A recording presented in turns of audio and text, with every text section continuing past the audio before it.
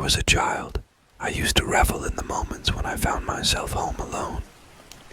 My parents would leave for work, my siblings would be at school, and for those few hours, the entire house was mine. It was a time of uninhibited exploration and unbridled imagination. The house, a venerable relic of Victorian architecture, stood like a sentinel at the edge of the woods.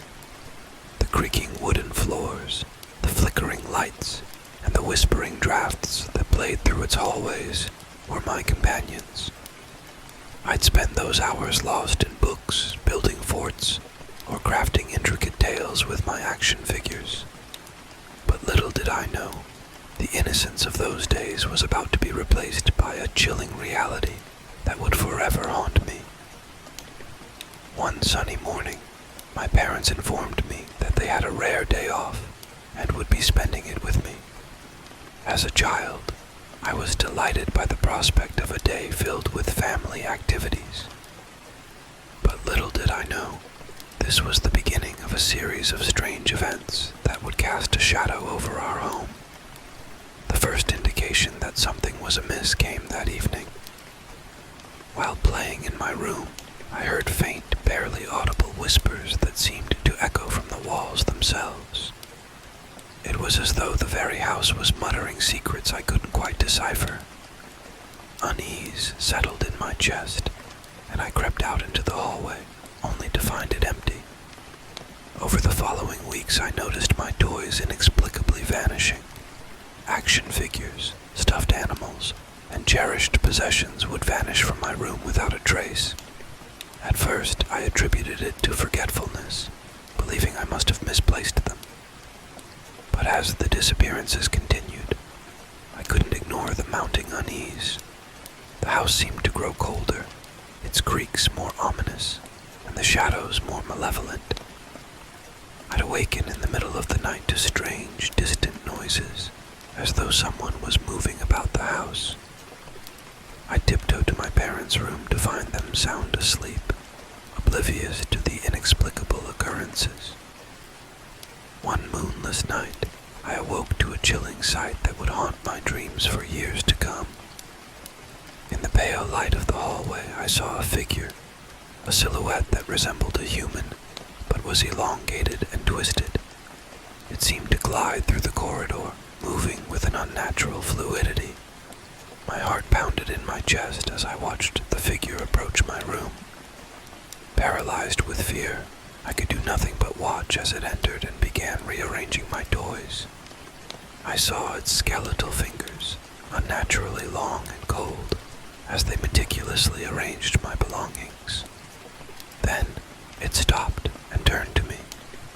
Its face was obscured by shadows, but I could feel its eyes upon me, as if it was studying my very soul. I let out a scream, and my parents rushed to my room, but the sinister presence had vanished into the night.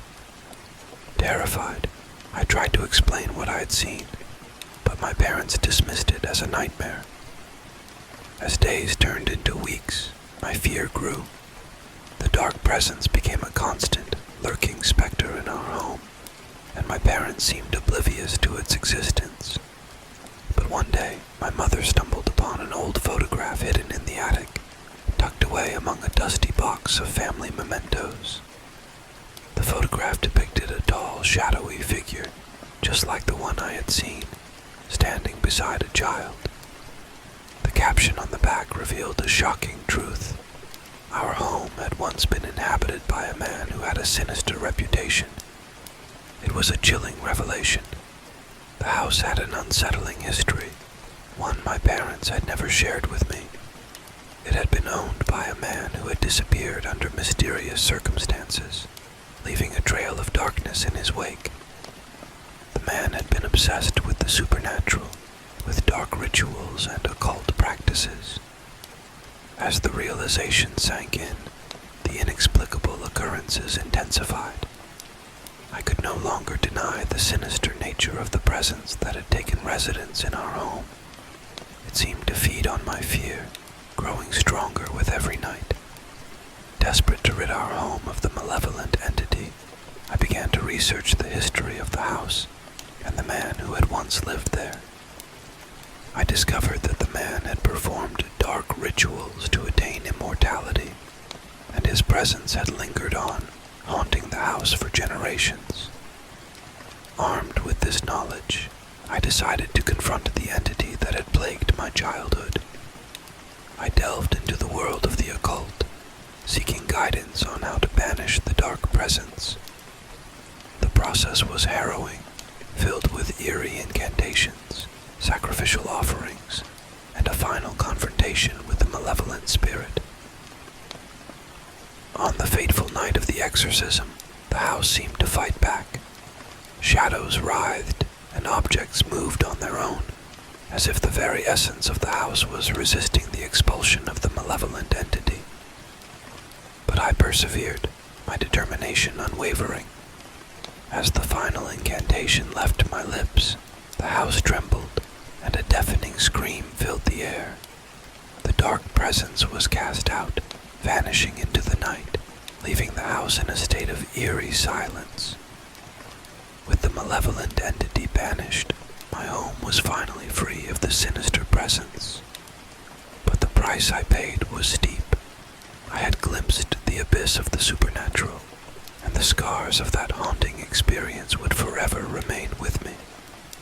I vowed never to be home alone again, haunted by the memories of a childhood marked by fear and the chilling reality of the unseen.